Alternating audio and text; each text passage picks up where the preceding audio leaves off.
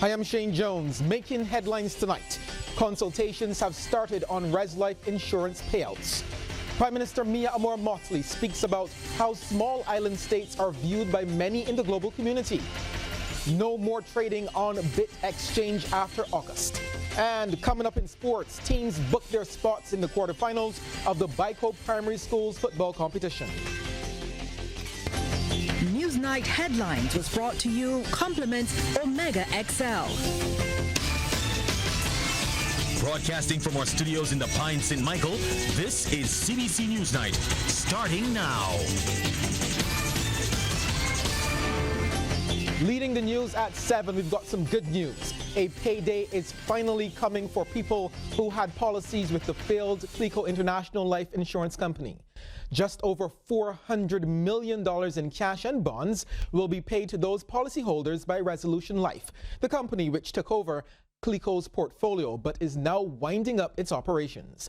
Chief Executive Officer Cheryl Senhouse spoke about how that process is going during the first of several consultations for policyholders today. Lisa Lord has those details.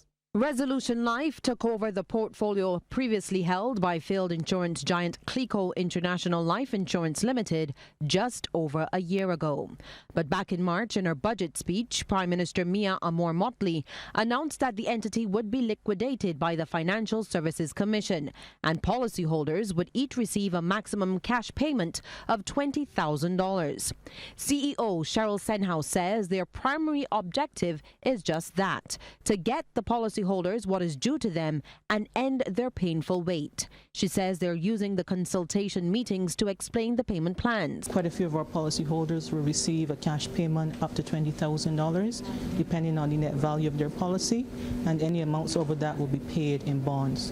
So there should be a significant infusion of cash into the economy once persons receive their cash payment initially, and then are able to access the funds from the bonds when they start the payments around September of this year.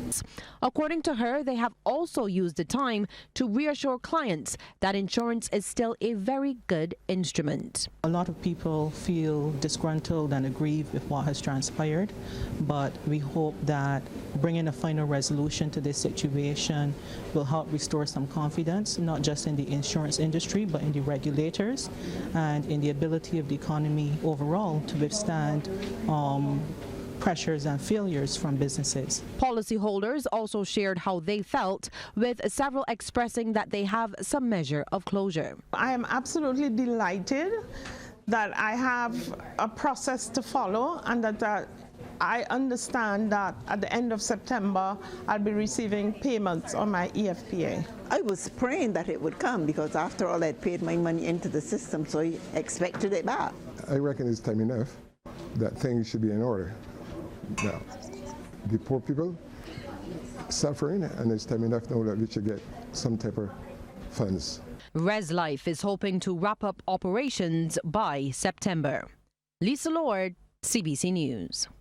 Thanks, Lisa. Barbados Prime Minister Mia Motley is worried that small island developing states appear to be invisible and, in some cases, even dispensable to the global community. The Prime Minister was at the time sharing the Barbados story and its quest towards economic reconstruction with the Oxford Union in the UK, which is a debating society. Her message of climate resilience was beamed to the audience as she highlighted the challenges of not just Barbados, but neighboring Dominica and Barbuda as well. You ask me, why has she decided to talk about how hard it is to be good in today's world? Because first and foremost, it has become hard to protect the environment in which we live. First and foremost, it has become hard to simply get the message across that we cannot continue to accept that the world can see environmental degradation at the pace at which it is occurring and remain as silent observers. Also criticized some world leaders who, she says, use language that stoke xenophobia, bigotry, and racism. She says the world has also put multilateralism at risk. This is the only defender for those who do not hide behind the bullying of weight of being strong. And to that extent, the failure of countries like the United States of America to want to nominate persons at the WTO to allow the multilateral trading system to have a dispute resolution mechanism that functions is of deep concern to us.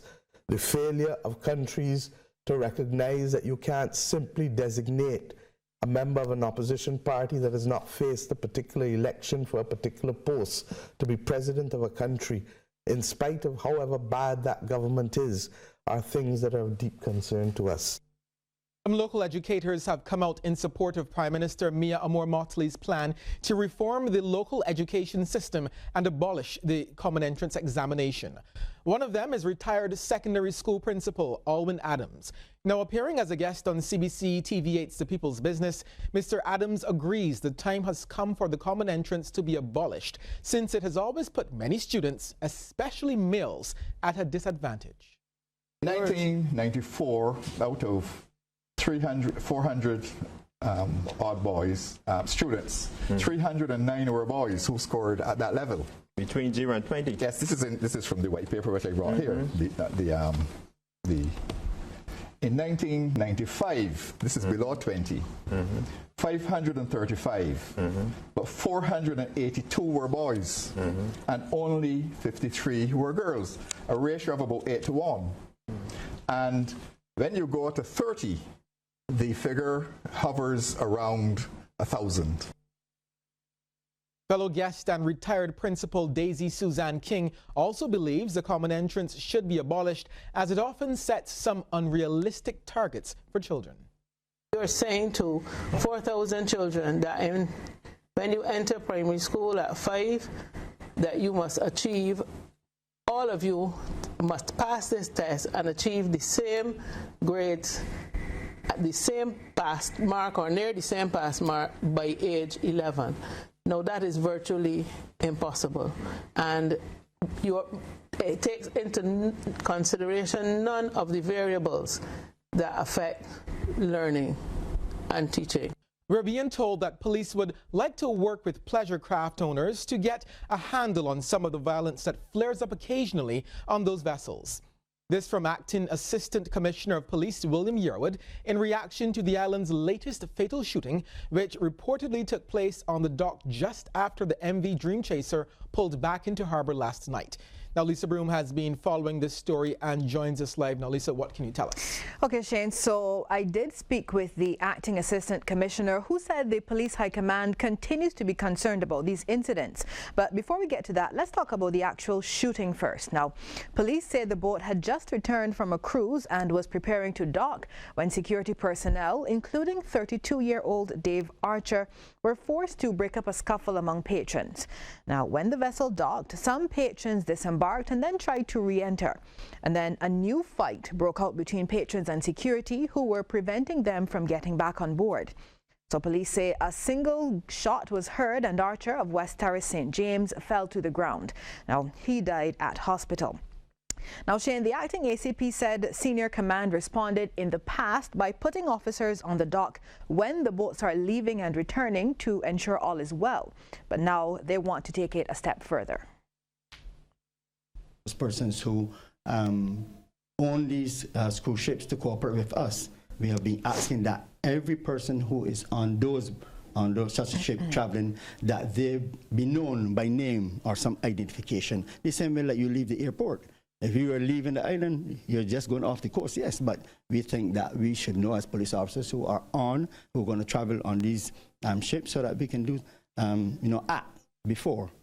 And we would have some good idea of persons who can be suspected to be involved in crime and so on, that we can monitor these situations. It's unfortunate that there's such an eventuality, but we will seek to be on top of these things in the future. Do you think they need better security on board, though? Because people that they get to secure... But you see, but you would see that in this last instance, it is the security that was actually challenged.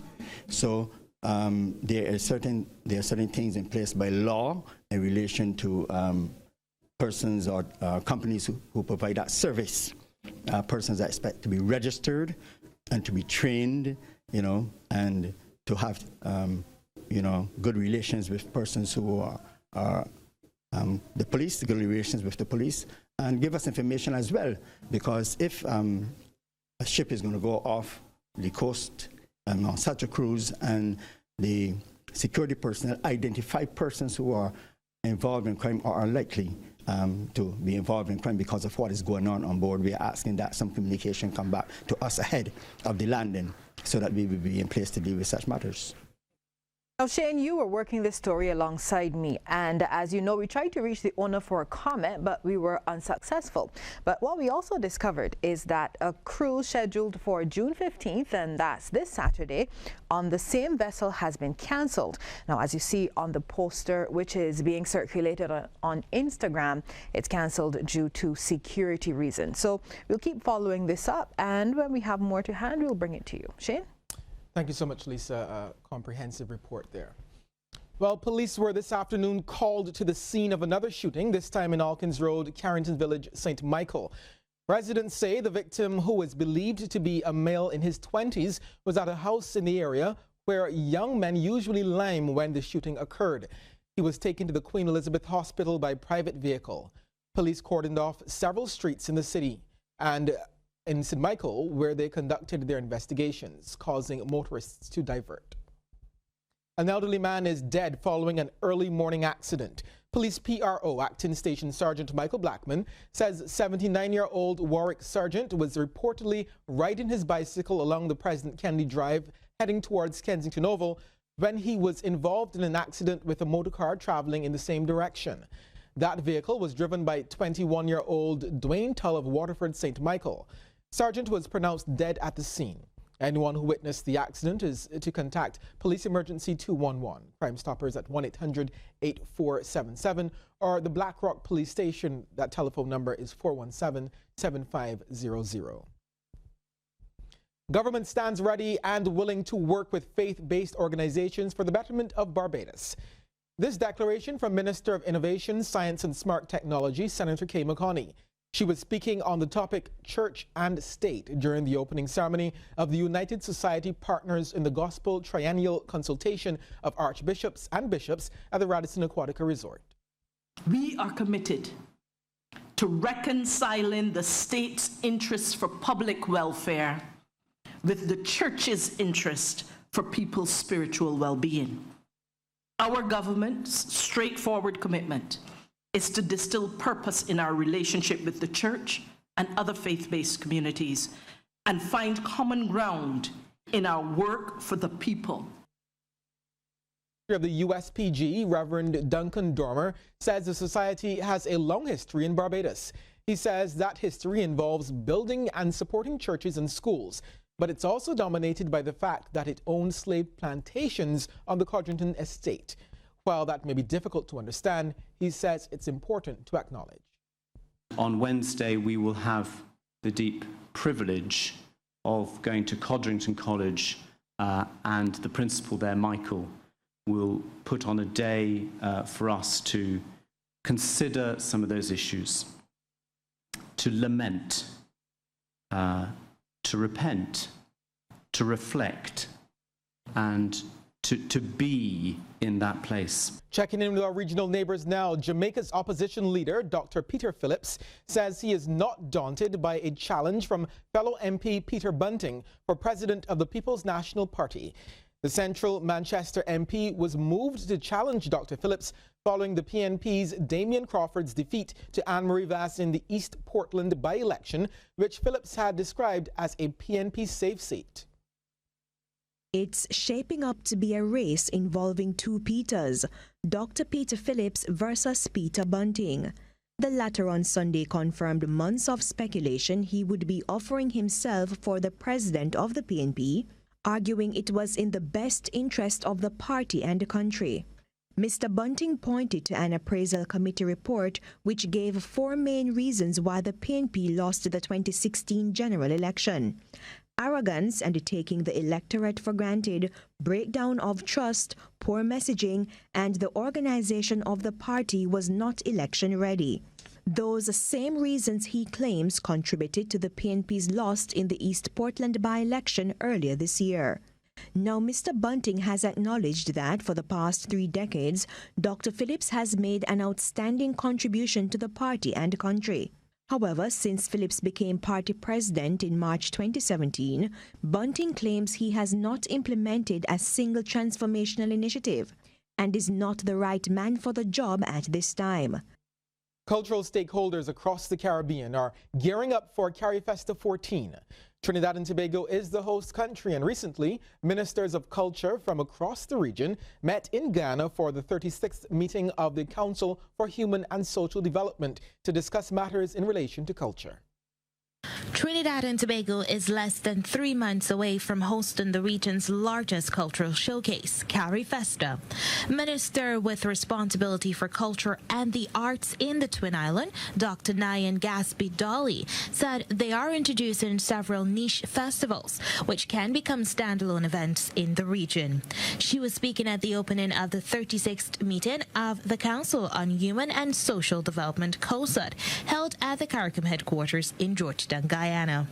We have been incorporating greater technological features, especially in the marketing departments, to make the CariFesta experience more appealing to local, regional, and international audiences.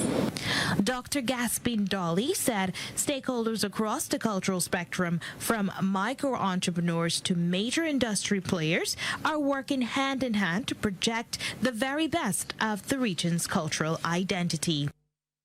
Ghana rolled out the red carpet to welcome the President of Ghana, who is there for a state visit. President David Granger will bestow the Order of Excellence on the West African leader. They will also sign several bilateral agreements. DPI reports. Friendship between the two republics goes long, wide, and deep, from cultural to political influences.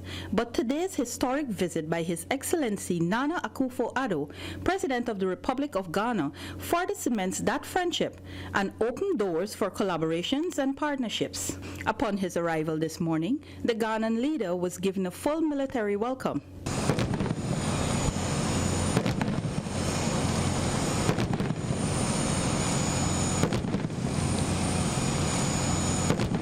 As per protocol, following the introductions of the two heads of state, he was also introduced to the Chief of Staff of the Guyana Defense Force, Brigadier Patrick West, and Commissioner of Police, Leslie James. He then inspected the Guard of Honor. This historical visit of the sitting Ghanaian leader to Guyana came following an invitation by His Excellency President David Granger during a visit to Cuba earlier this year.